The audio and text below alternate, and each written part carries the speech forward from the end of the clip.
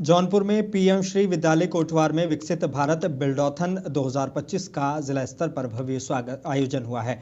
मुख्य अतिथि ब्लॉक प्रमुख सुनील यादव ने दीप जलाकर कार्यक्रम की शुरुआत की। केंद्रीय शिक्षा मंत्री धर्मेंद्र प्रधान से लाइव यूट्यूब के जरिए देश भर के स्कूल के बच्चे जुड़े हैं। बच्चों ने नवाचार, आत्मनिर्भरता और स्वदेशी विकास पर आधारित सांस्कृतिक प्रस्तुतियां दी। शिक्षकों और अभिभावकों ने बच्चों के प्रदर्शन की सराहना की। इस कार्यक्रम का उद्देश्य बच्चों को रचनात्मक तरीके से पढ़ाना और उन्हें भविष्य के लिए तैयार करना है। निश्चित है उस दिशा में आज का ये जो कार्यक्रम हुआ है बहुत बेहतरीन कार्यक्रम हुआ। हमारी जो बच्चियों ने प्रस्तुति किया है, कार्यक्रम का जो मकसद है, कार्यक्रम का जो उद्देश्य है, जिस उद्देश्य से किया गया था वो निश्चित है कि पूर्ण रूप से आज यहाँ बच्चियों ने अपनी प्रस्तुति देके, अपना विचार देके उन लोगों ने इस बात का साबित कर दिया कि जो सरकार द्वारा विकसित भारत बिल्डॉथन 2025 आयोजित किया गया है उसमें हमारी क्या सहभागिता हो सकती है, हमारा क्या विचार हो सकता है। उस विचार में बच्चियों की जितनी भी तारीफ की जाए उतनी तारीफ कम है, क्योंकि बच्चियां ने जो यहाँ प्रस्तुति की है, हमारे चाहे वह कस्तूरबा विद्यालय की आदमपुर की बच्चियां हो, चाहे वह बरैया काजी की हो, चाहे वह कोटवार की हो, चाहे वह भथुरा की हो, और इसके साथ ही साथ आरा की बच्चियां ने तो सबका रिकॉर्ड तोड़ दिया। झांसी के थाना सीपरी बाजार इलाके में पुलिस और बदमाशों के बीच मुठभेड़ हुई है। ई रिक्शा ड्राइवर से लूट की वारदात को अंजाम देने वाले दो बदमाशों को पुलिस ने कुछ ही घंटों में गिरफ्तार कर लिया। मुठभेड़ के दौरान एक बदमाश के पैर में गोली लगी है, जबकि दूसरा साथी भी मौके से दबोचा गया है। पुलिस ने दोनों के कब्जे से लूटा गया ई रिक्शा, मोबाइल, नकदी और अवैध हथियार बरामद किए हैं। आज डायल 112 पर एक व्यक्ति द्वारा सूचना दी गई कि दो व्यक्ति सवारी बनकर मेरे ई रिक्शा में बैठे और मेरा ई रिक्शा, मोबाइल और 200 रुपये छीन कर भाग गए हैं।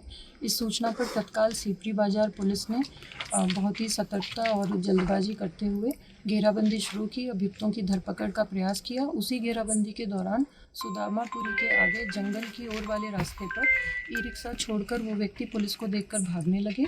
पुलिस ने जब उनको रोकने का प्रयास किया तो उन्होंने पुलिस पर फायरिंग की। आत्मरक्षार्थ पुलिस ने भी जवाबी फायरिंग की, जिसमें विजय नाम के एक व्यक्ति। उत्तर प्रदेश के अमरोहा में किसान भूरी सिंह की हत्या के मामले में सनसनी मचा दी है। मृतक के परिजनों ने हत्या का खुलासा करने की मांग को लेकर जोया अमरोहा मार्ग पर ट्रैक्टर ट्राली लगाकर जाम कर दिया। सूचना पर पुलिस मौके पर पहुंची और जल्द जांच का आश्वासन देकर जाम खुलवाया। पुलिस के अनुसार रविवार रात दिवाली से पहले आयोजित दावत में अज्ञात हमलावरों ने भूरी सिंह की गोली मारकर हत्या कर दी है और परिजनों ने पुराने मुकदमे के आधार पर दो लोगों को शक जताया है। पुलिस पूरे मामले की जाँच में जुटी हुई है और जल्द खुलासा करने का भरोसा दिलाया है। देखिए, यहाँ थाना अमरोहा देहात क्षेत्र में ये रायपुर गांव है। यहाँ पर एक कृषि फार्म, यहाँ पर दिवाली के उपलक्ष्य में कोई दावत चल रही थी, जिसमें काफी लोग यहाँ पर एकत्र थे। यहाँ पर अचानक कोई ऐसी बात हुई है जिसको लेकर किसी व्यक्ति द्वारा फायर किया गया। जो भोरे नामक व्यक्ति है उनकी गोली लगी है, मौके पर उनकी मृत्यु हो गई। उनके शव को पोस्टमार्टम के लिए।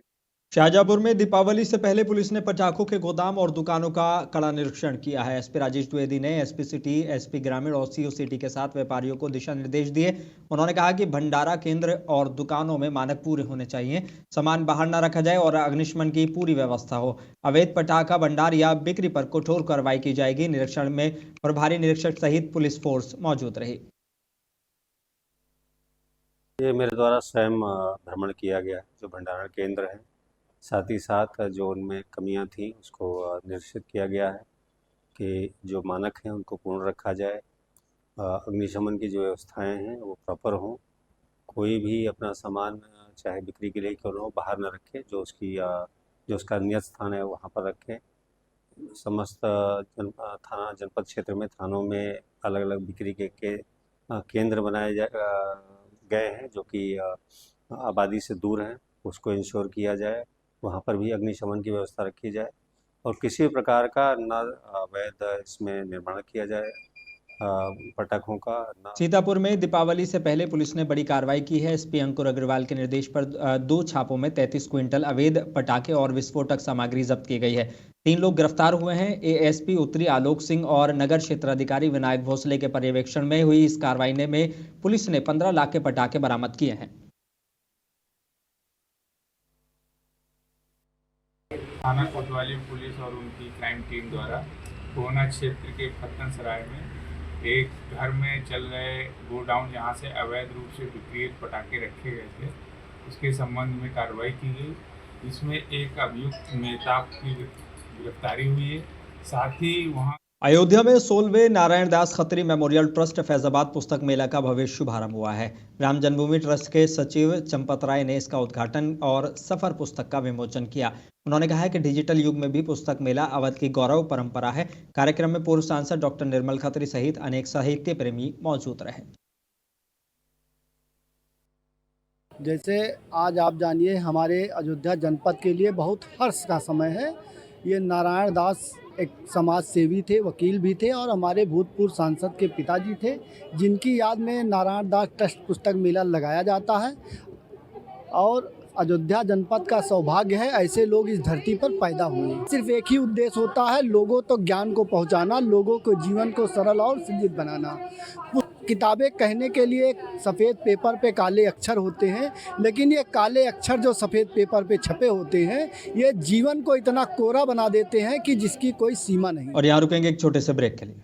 उत्तर प्रदेश के मुजफ्फरनगर में उर्दू डेवलपमेंट ऑर्गेनाइजेशन ने नवाब अजमत अली खां गर्ल्स इंटर कॉलेज में उर्दू ज्ञान और सुलेख प्रतियोगिता का आयोजन किया। जिले में 15 स्कूलों के 275 छात्र छात्राओं ने इसमें भाग लिया है। प्रतियोगिता को कक्षा 8, 9 और 10, 12 के 2 समूहों में आयोजित किया गया। विजेताओं के लिए साइकिल, मिक्सर ग्राइंडर, गैस चूल्हा, डिनर सेट और सूटकेस जैसे पुरस्कार रखे गए हैं। कॉलेज प्रिंसिपल सफिया बेगम ने कार्यक्रम की देखरेख की। विजेताओं का सम्मान 9 नवंबर विश्व उर्दू दिवस पर किया जाएगा। ये पहला उर्दू भाषा के संरक्षण और नई पीढ़ी में इसके प्रति जागरूकता बढ़ाने का महत्वपूर्ण प्रयास है। उन पर भी सवाल हमने इसमें किए थे, जनरल नॉलेज भी थी, जिनको बच्चों ने बहुत ही गहरे मुताले के साथ पढ़ा है और बहुत अच्छा पेपर दिया है। मकसद क्या है इस तरह के कंपटीशन का? हमारी तंजीम का मकसद सिर्फ और सिर्फ बच्चों के अंदर उर्दू अदब, उर्दू तहजीब को एक तरीके से पेवस्त करना है। हम ये चाहते हैं कि उर्दू हमारे हिंदुस्तान की ज़बान है और बहुत ही प्यारी और बहुत ही खूबसूरत ज़बान है। उर्दू ज़बान का अगर फ़रोग़ होगा तो आपस में यकजहती, मोहब्बत और ज़बान के अंदर शीरीनी मिठास पैदा होगी।